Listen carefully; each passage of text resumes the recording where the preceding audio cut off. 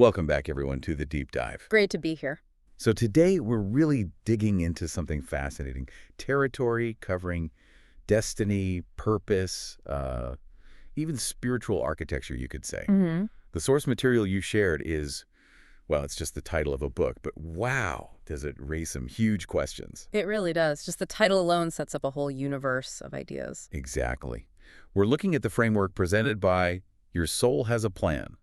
Awaken to Your Life Purpose Through Your Akashic by Lisa Barnett. Right. Now, just to be clear, this is a deep dive based only on the title. We don't have the actual book text here today. No, but the title itself gives us so much. It's like a conceptual roadmap. It really is. It gives us these three massive pillars to explore. Mm-hmm. The plan itself, then the awakening, and finally the mechanism, this word Akashic. And it's perfect for a deep dive because, that title is basically promising a kind of unified theory of your spiritual identity. Yeah. It jumps right into that classic tension, doesn't it? Free will versus destiny. Instantly. So the immediate question is, what kind of framework suggests purpose is both, already decided and needs you to consciously wake up to it? Okay, right. Let's unpack that first piece, the absolute foundation.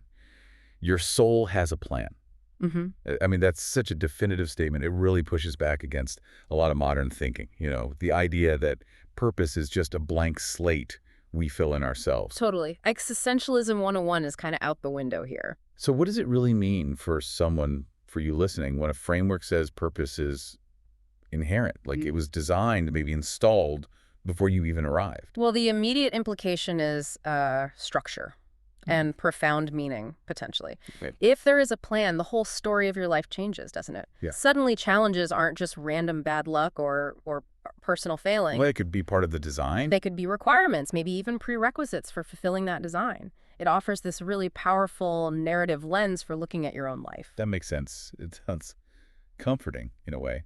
It can be incredibly comforting, yeah. It turns struggle from just, an endpoint into maybe a necessary step. But, and here's the friction, I think. While that narrative is comforting, doesn't the idea of a fixed plan also risk, letting you off the hook, responsibility-wise? Interesting. Like, if it's all part of the design. Do you just stop trying? Do you stop striving because, it's all planned out anyway? That is the tension, isn't it? It offers both this total reassurance, but maybe also zero wiggle room. Exactly. But then, the source, the title itself, immediately gives us the wiggle room back with the next bit. Awaken to your life purpose. Right. The awakening. So the plan exists, fine. But you're not just on autopilot. That language, awakening, it implies the blueprint isn't just handed to you on day one. No. It's hidden. Yeah. Or maybe dormant or encrypted somehow. Yeah, something like that. It implies effort is needed. So realizing this inherent plan needs a conscious choice, an active choice. You have to engage with it. Exactly. And that's the crucial synthesis, I think. If you connect this to the bigger picture, the awakening is where your actual free will comes in. Okay, so the plan is the potential. And the awakening is the activation. I like that. Activation. Yeah. Think about it maybe. Like you're driving with a really sophisticated GPS. Oh, okay. The destination, your ultimate life purpose, is already programmed in by the design. That's the plan. It's fixed. Right. But you, the driver, you're still free to ignore the turn-by-turn directions. You can take detours. You could just sit in the parking lot and refuse to start the engine, right? Yeah. Okay. Your moment-to-moment free will is totally preserved, but the sort of higher-level free will is that choice. Do I accept the destination? Do I follow these specialized instructions? Okay. So the purpose is mandatory, maybe, but the journey towards accepting it, realizing it, that's optional. Seems to be what's implied, yes. That shifts things quite a bit. The anxiety isn't necessarily about what your purpose is, but how you actually get access to the knowledge of it. Yeah. It moves from creation anxiety to recollection effort. Yes, that's a great way to put it. Recollection effort. It shifts responsibility. How so? Well, the problem isn't framed as a lack of direction in the universe, but maybe a lack of clarity in accessing the directions that are already there. I see. This framework positions you not as the author writing your life story from scratch, Right. but more like the active executor of a, let's say, divinely inspired contract you already signed. Okay.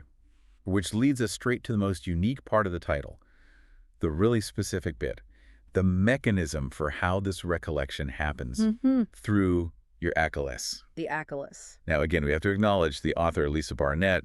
She's definitely going to provide a very specific definition in the book itself. Absolutely. We're speculating based on the term. But for listeners who might be, generally aware of spiritual concepts, but maybe not this specific term, we should probably give some context. Right. We should. And the most common context, especially given the subject matter, is almost certainly the Akashic records. Right.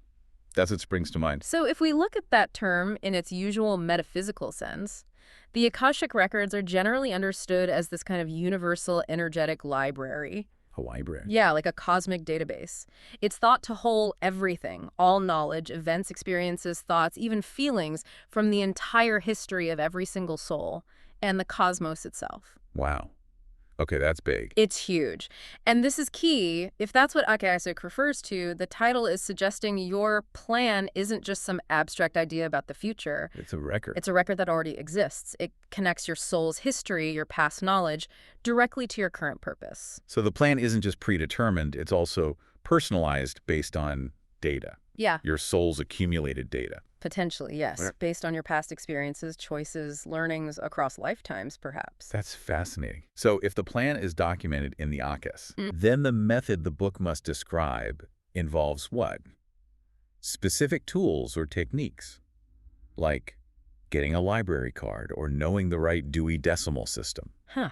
Something like that. Like accessing a specific file cabinet, maybe? To read your own record. To read your record. So the Akashic become the methodology. They're the bridge connecting that hidden plan to your active awakening. Okay, I get it. Yeah. And that's why the title works, philosophically but also practically. It's not just vague, find your purpose advice. No. It's hinting at operating instructions for your destiny. Exactly. The promise there is one of systematic knowledge retrieval. That's quite different from just, say, meditating and hoping inspiration strikes. Right. It implies a reliable instrument you can use. To access knowledge that's otherwise maybe locked away or hard to perceive. Okay, so we've kind of mapped out the concepts. Plan, awakening, Akashic. Let's circle back to that core conflict. Free will versus destiny. But maybe with a bit more nuance now. If the destination, the plan, is already written, what real freedom is actually left for us? Well, maybe the real freedom lies in the choice to consent. Consent. Yeah. We usually think of free will in terms of our daily choices, right? What to eat, where to work, who to talk to. Sure. The small stuff and the big stuff.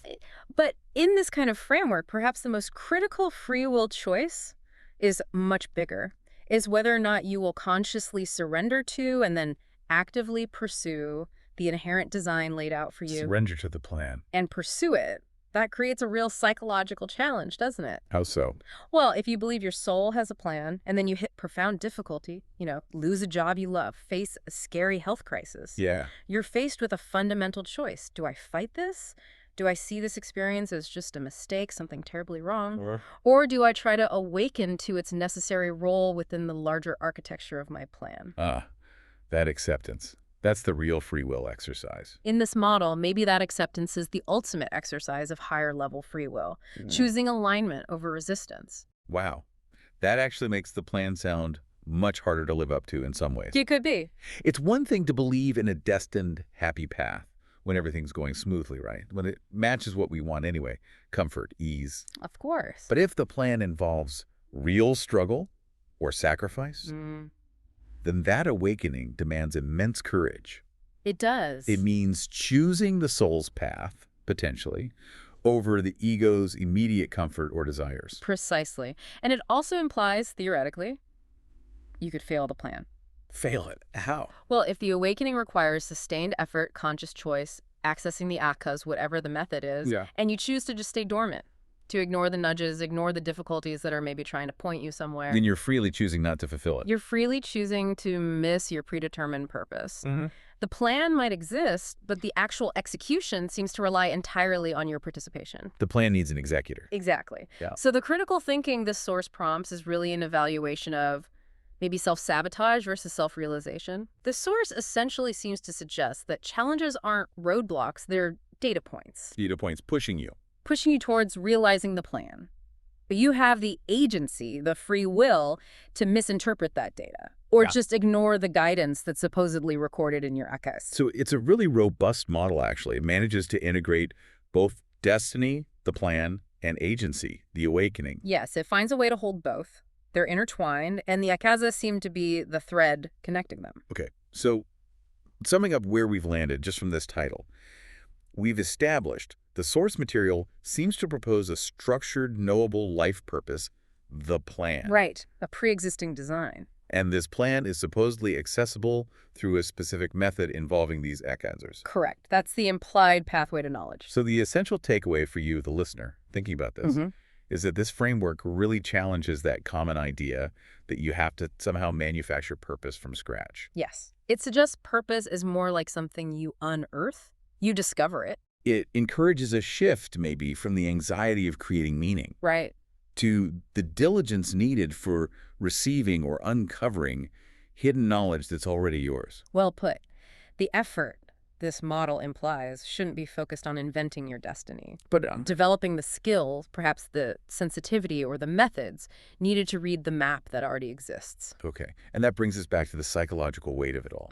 Based just on this intense framework the title lays out, what do you think is the single most challenging part of this whole proposed souls plan for the average person? That's a great question. Is it the intellectual hurdle?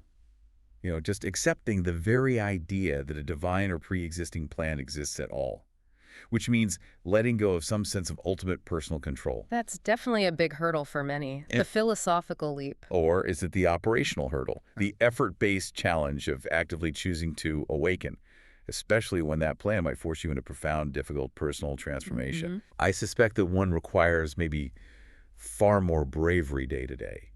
The doing versus the believing. I think you might be right. The ongoing choice to engage, especially when it's hard. Definitely something to mull over. For you listening, consider the implications of living a life where the roadmap, potentially, is already written. And the only thing left to decide is, are you going to read it or just keep driving blind? A powerful thought to end on. Indeed. Thanks for joining us for this deep dive into the territory of purpose and planning. My pleasure. Until next time.